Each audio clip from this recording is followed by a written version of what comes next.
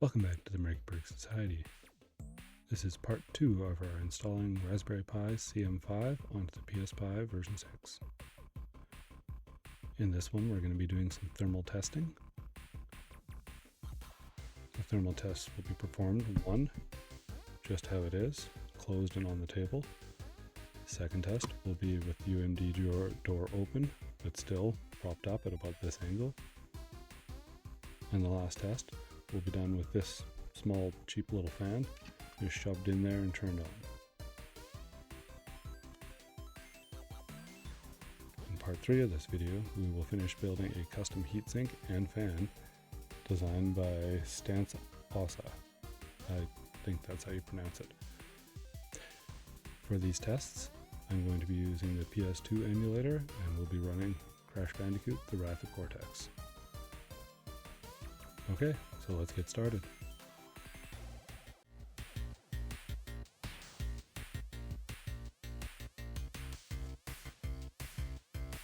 Just a quick reminder that I'm giving away 2 PSPis with the CM4 installed. Scan the QR code, click the card, or check the link in the description to be taken to the video that has all the details. Now with that out of the way, let's get into it. Alright, I'm going to do my best to keep visibility on this. I've paired a Bluetooth controller to it, so I can change everything without getting in the camera's way.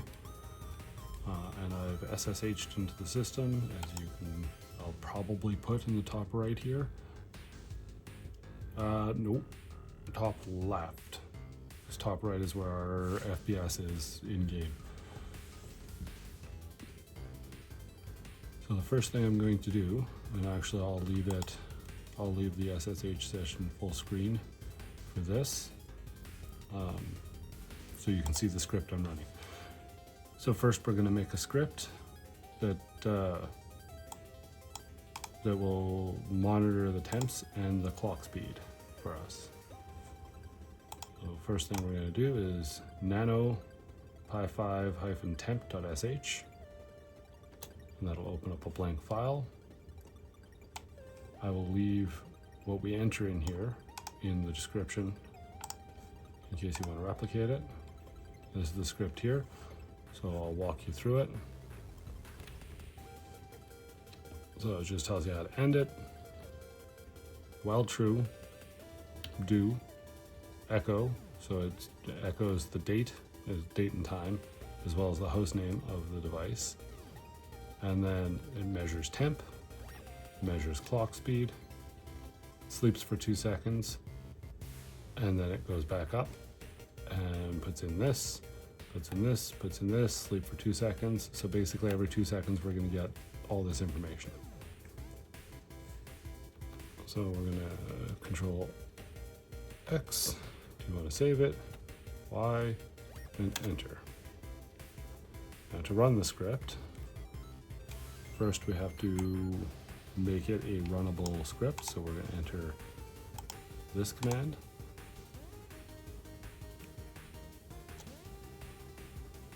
And now it's given it read-write access.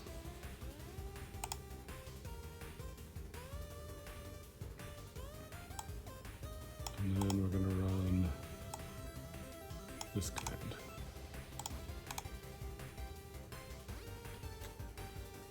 And you can see that's what it's doing here. So we have time of date, name of the device, the current frequency, and the temperature. So now this is going to go in the top right. And let's launch a game and see what happens. So this has been on for about 10 minutes. So this is pretty close to its idle, like where it's going to idle. So you can see we're sitting just a hair under 70. And this is idle clock speeds as well. So this isn't thermally throttling currently. So now we're going to go into PS2. And we're going to start Crash. And you can see right away the clocks jump up, but the temperature jumps almost immediately.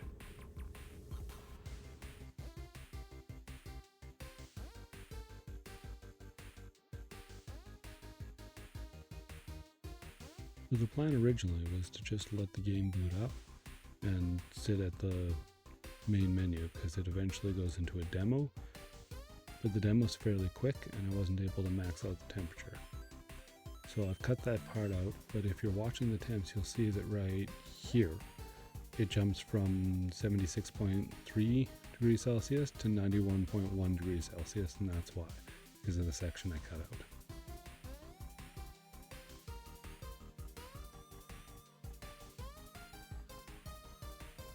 Now, some of the heating was already done because of that, but once we get in game, you can see that right away we hit the 95, 96, and we get down clocked to the 0.25-ish gigahertz, and the frame rate tanks right at that point.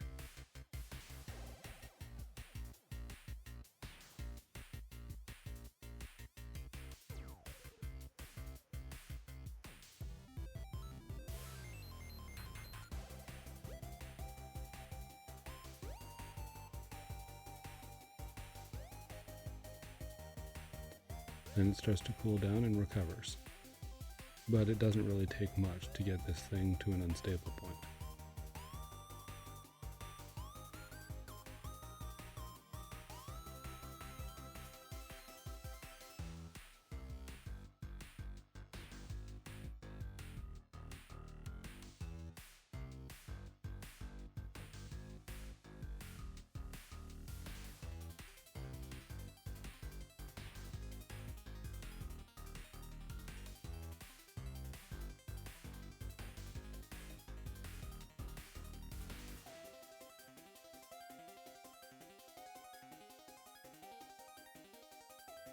So let's power it down and let it cool off, and we'll try again with the door open.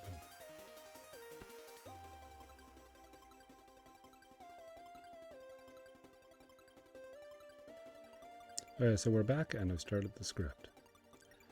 I'm going to put the fan that we'll be using for the fan test in the UMD door to hold it open, but you can see that I have left it unplugged for this test.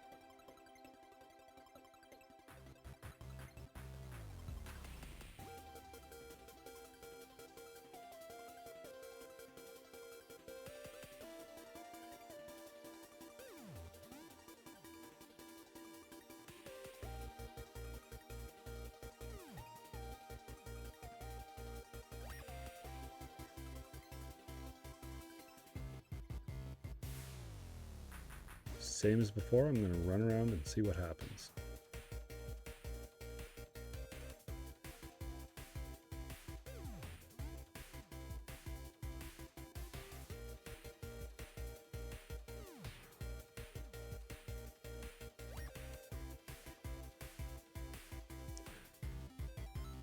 Okay, now we're starting to see the temps in the 94 to 95 range, and we're seeing some hesitation.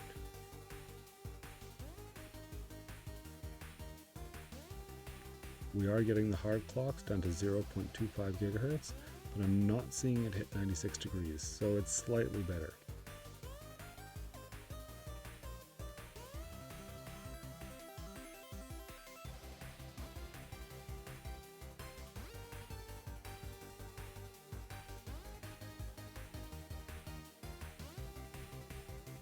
Now for the fan test. This time, instead of letting it cool down and starting over, I'm going to plug in the fan and see if the temps start to drop for us.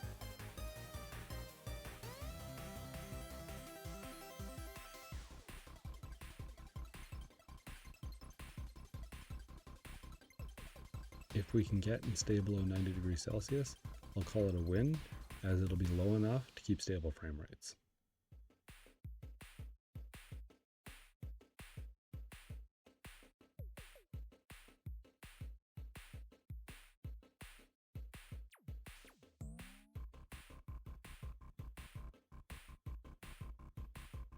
I'm just going to park it now at a busy spot to see if we can get it down fairly low.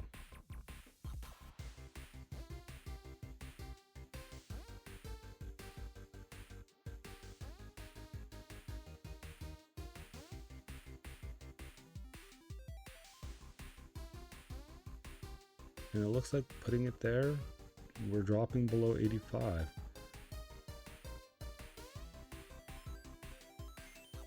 And it looks like even with running around, it stays below 85. So a small cooling solution would be worth it.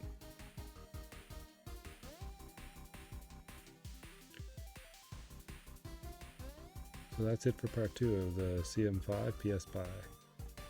There will be a part 3 where I'll be assembling and testing the cooling solution by Stan Salsa. If you like this video, make sure to like and subscribe.